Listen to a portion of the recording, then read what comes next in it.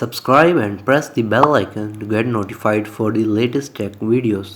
अस्सलाम वालेकुम यूट्यूब, मेरा नाम है वासे। आप देख रहे हैं वासे टेक टिप्स और इस वीडियो में आपको बताऊंगा कि ग्राफिक कार्ड होता क्या है और वो 5 चीज़ें क्या हैं जो आपको कंसिडर करनी चाहिए एक ग्राफिक कार्ड ख़रीदने से पहले। तो चलिए वीडियो को स्टार्ट करते हैं। तो सबसे पहले मैं आपको बताऊंगा कि एक ग्राफिक कार्ड होता क्या है। बेसिकली एक ग्राफिक कार्ड एक ऐसी हार्डवेयर है आपके कंप्यूटर की जिसका ये काम है कि वो आपको डिस्प्ले में ग्राफिक्स शो करे, यानी आपके कंप्यूटर के साथ आपकी जो भी एलसीडी या मॉनिटर लगा है उसमें जो भी आपको डिस्प्ले शो होता है वो एक्चुअली आपके ग्राफिक कार्ड की वजह से होता है। यानी आपके कंप्यूटर में सीपीयू का काम है डाटा को प्रोसेस करना और आपके ग्राफिक कार्ड का काम है उस इंफॉर्मेशन या डाटा को आपको एलसीडी या मॉनिटर में शो कराना। तो ग्राफिक कार्ड भी एक कंप्यूटर का बहुत ही ज़्यादा इंपॉर्टेंट पार्ट है। अब ग्राफिक कार्ड में हमारे पास उसकी डिफरेंट टेक्नोलॉजीज़ आ जाती है, उसके ब्रांड आ जाते हैं और उसकी मेमोरी आ जाती है। तो मैं आप बताता हूँ कि आपको वो 5 चीज़ें जो आप ग्राफिक कार्ड ख़रीदने से पहले आपको कंसिडर करनी चाहिए। जो सबसे पहली चीज़ है वो है ग्राफिक कार्ड का ब्रांड, यानी आप कौन से ब्रांड का ग्राफिक कार्ड ख़रीद रहे हैं। अभी तक तो सबसे ऊपर 2 ही दुनिया के टोटल ब्रांड्स हैं, एक है AMD और एक है एनवीडिया। ये 2 ब्रांड्स हैं जो ग्राफिक कार्ड पूरी दुनिया में बनाते हैं और सप्लाई करते हैं। तो आपको पहले डिसाइड करना होगा आपने AMD का लेना है या एनवीडिया का लेना है। जब आपने अपना ब्रांड डिसाइड कर लिया उसके बाद आपने देखना है कि आपको कौन से मॉडल का ग्राफिक कार्ड चाहिए। यानी AMD में हमारे पास R7 R5 सीरीज़ चल रही थी, जबकि एनवीडिया में GTX 1050 750 इस तरह की सीरीज़ चल रही थी। तो उसके बाद आपने डिसाइड करना है कि आपने कौन से मॉडल लेना है उस जो भी आपने ब्रांड चूज़ किया है। दूसरी चीज़ ये आ जाती है कि आप जो ग्राफिक कार्ड ले रहे हैं आपको उसमें कितनी मेमोरी चाहिए और वो मेमोरी किस टाइप की है। यानी मेमोरी से मुराद 1 GB का है, 2 GB का, 3 GB का, 4 GB का, कितने GB का आपको ग्राफिक कार्ड चाहिए। जितनी GB ज़्यादा होंगे ज़ाहिर बात है आपकी परफॉर्मेंस उतनी बेटर होती जाएगी।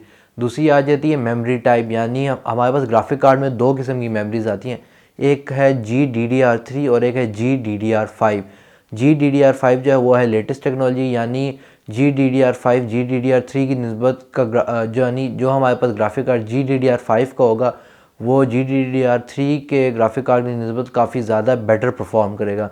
तो ये अब आपके बजट पर डिपेंड करता है कि आप जो ग्राफिक कार्ड ले रहे हैं उसमें मेमोरी GDDR3 लगी है, GDDR5 लगी है और वो कितने GB का है। अब हमारे पास जो थर्ड चीज़ आ जाती है वो है कि हमारा जो भी हमने ग्राफिक कार्ड लिया है वो हमारे मदरबोर्ड के साथ कंपैटिबल है या नहीं। मैं इस वक्त सिर्फ पीसी की बात कर रहा हूँ इस पार्टिकुलर पॉइंट के लिए, क्योंकि लैपटॉप में बिल्ट इन ग्राफिक कार्ड लगे हुए आते हैं, हम उसमें चेंज नहीं कर सकते।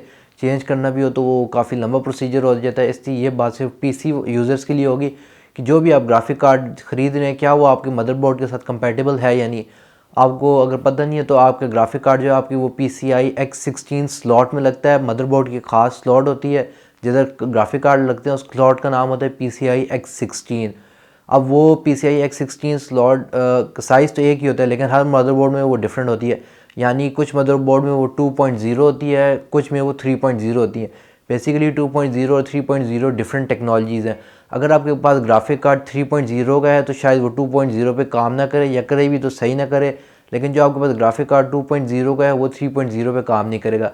तो जब आप ग्राफिक कार्ड ख़रीद रहे हैं उससे पहले आप ये लाजमी कंफर्म करें कि आपका मदरबोर्ड कौन सी टेक्नोलॉजी को सपोर्ट करता है, क्या वो आपके ग्राफिक कार्ड के साथ कंपैटिबल भी है या नहीं। क्योंकि अगर वो कंपैटिबल नहीं हुआ तो आपका मदरबोर्ड उसको चला नहीं पाएगा, और अगर चला भी लिया तो वो अपनी मैक्स परफॉर्मेंस पे चल नहीं पाएगा, तो उससे पैसे ही ज़ाया होंगे और कोई फ़ायदा नहीं होगा।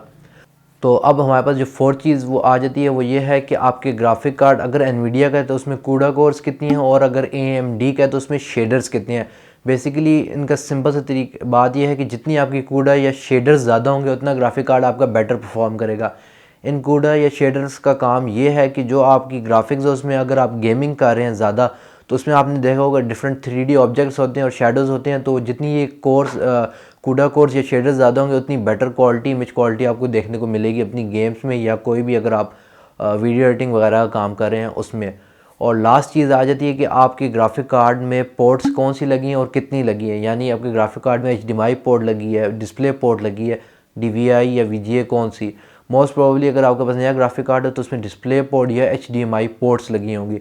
जितनी आपके ग्राफिक कार्ड में पोर्ट ज़्यादा होंगे उतनी ज़्यादा आपका ग्राफिक कार्ड डिस्प्ले सपोर्ट कर सकता है। यानी अगर आपके ग्राफिक कार्ड में सिर्फ एक आउटपुट की पोर्ट है तो उसके साथ सिर्फ एक मॉनिटर जुड़ेगा, अगर 2 हैं तो 2 मॉनिटर जुड़ जाएंगे, और अगर 3 है तो आप 3 मॉनिटर को एक साथ उस ग्राफिक कार्ड के साथ प्लग एंड प्ले कर सकते हैं। तो यानी आपके एक ग्राफिक कार्ड के साथ 3 मोनीटर्स इस तरह लाइन में लगे हुए होंगे और वो हर मोनीटर पे डिफरेंट टास्क या एक साथ मोनीटर भी एक साथ टास्क कर सकते हैं। तो ये है कि ग्राफिक कार्ड होता क्या है और वो 5 चीज़ें जो आपको कंसिडर करनी चाहिए ग्राफिक कार्ड ख़रीदने से पहले। अगर आपको ये वीडियो पसंद आई हो तो इसे लाइक करें, शेयर करें। अगर आपके पास कोई भी क्वेश्चन है नीचे कमेंट सेक्शन में लिख दें, और अगर आपने मेरे चैनल को अभी तक सब्सक्राइब नहीं किया तो इसे भी ज़रूर सब्सक्राइब कर दीजिएगा।